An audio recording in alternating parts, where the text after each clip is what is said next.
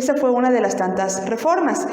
Esto también se instituyó, por increíble que parezca, en la Constitución de 1857, porque también hubo un apartado en el artículo 27 constitucional que decía que aquellos que estuvieran en la ideología favorable con el porfiriato o el gobierno del general Díaz, pues en automático iban a tener la adquisición de tierras. Sí estuvo estipulado un breve tiempo, hasta 1879, y ahorita voy a decir por qué hasta ese año. Bueno, en aquella época también hubo una situación de riesgo para la República Mexicana, no nada más la que comenté en la clase pasada respecto a que había fincas en Nequén con miles de esclavos adentro, sino que en aquel entonces proliferó mucho la delincuencia, principalmente en la zona norte del país, los estados de Chihuahua, Sonora, Nuevo León, y todo lo que fue la frontera con Estados Unidos. Estados Unidos constantemente se quejaba con Díaz, le mandaba telegramas o mandaba políticos enviados por el gobierno de Estados Unidos hasta donde estaba el general Díaz para decirle: oye, ya no tenemos control por la delincuencia que opera en tu zona. Aquí en México, en la zona fronteriza, existía que los bandoleros, que en aquel entonces operaban, a eso, que parte de los bandoleros eran indios apaches, por increíble que parezca, robaban cosas, robaban pertenencias en lo que era la zona fronteriza, y para que el gobierno mexicano no los pudiera detener, cruzaban la frontera con Estados Unidos, y en Estados Unidos, como no era jurisdicción del gobierno mexicano, ya no podían meter las manos los policías fronterizos de aquí. Entonces, Estados Unidos pactó con Porfirio Díaz que se creara una especie de policía fronteriza. Y a esta policía fronteriza, bueno, le sumó muchos puntos a Díaz para tener accionistas norteamericanos en las fincas de Nequén, porque dijo: ok, vamos a cumplir con la petición que nos está haciendo Estados Unidos. Vamos a crear una policía fronteriza. Esa policía, ¿cómo la creó?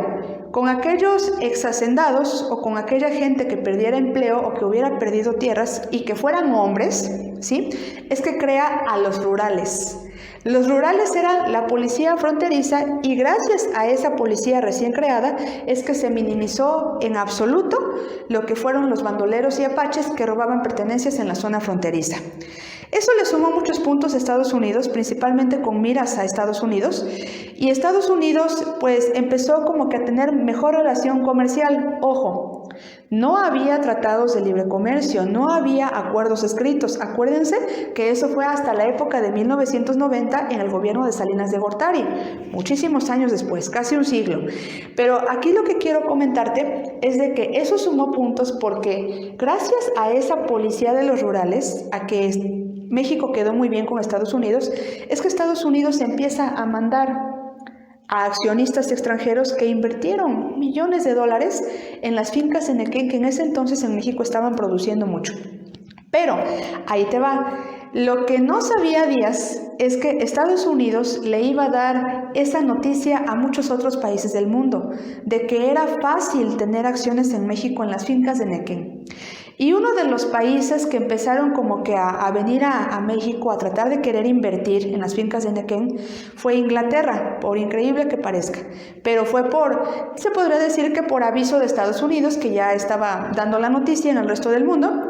Vienen los ingleses, y como ya Díaz tenía encima una presión impresionante por parte de esos dos países, imagínate, Inglaterra, Estados Unidos, que querían acciones en las fincas de Nequén, pues él dijo: me voy del escenario político un ratito, por lo menos 4 años, increíble, pero estuvo 4 años fuera. Sin embargo, puso en el poder a un títere, que en ese entonces, bueno, era su yerno, era el esposo de su hija, y fue Manuel González. Manuel González, quien toma las riendas del país en el periodo de 1879 a 1883. Sin embargo, Porfirio Díaz no desapareció del escenario político por completo. Lo que hizo fue que mandó a Manuel González para que él como que controlara lo que Díaz había dejado inconcluso, mientras que Díaz tras bambalinas estaba trabajando como presidente, pero quien titularmente tenía el cargo de presidente era Manuel González, su yerno. Lo que sí se le salió de las manos a Díaz fue que no pudo controlar la acción de Manuel González, porque Manuel González terminó otorgando las acciones que tanto estaban pidiendo tanto Norteamérica como Inglaterra, lo que terminó provocando el descontento de Díaz. Manuel González tenía miras a continuar en la presidencia otro periodo más, pero Porfirio Díaz le dijo hasta aquí, en 1883, que es cuando vuelve a retomar el cargo de presidente el general Porfirio Díaz. Sin embargo, cuando llega a la presidencia nuevamente, ve que esto ya se le había salido de control y las fincas de Nequén ya tenían en absoluto exorbitantemente lo que eran las inversiones extranjeras tanto de Inglaterra como de Estados Unidos.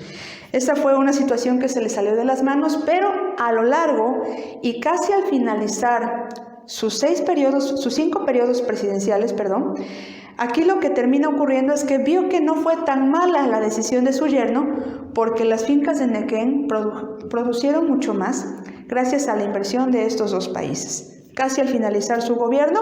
Sin embargo, aquí lo que la historia te comenta es que él se quería perfilar para su 6ª candidatura presidencial.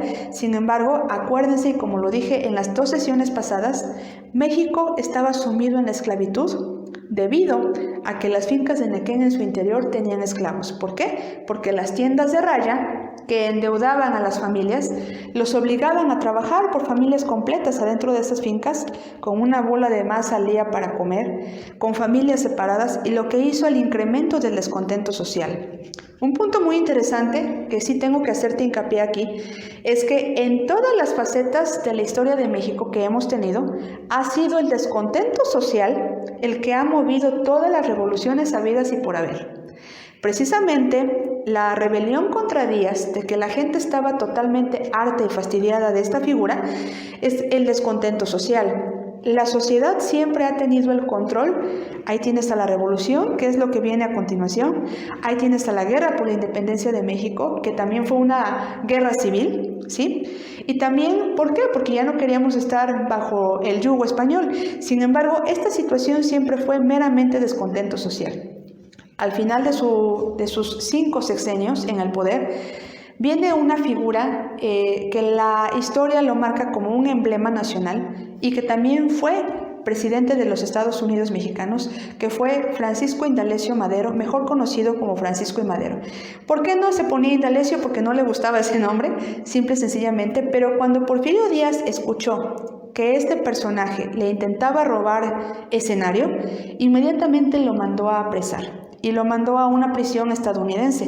Sin embargo, desde Estados Unidos ya este sujeto era tan popular que desde allá movió sus hilos. Ya era muy, muy famoso en México el lema sufragio efectivo, no reelección.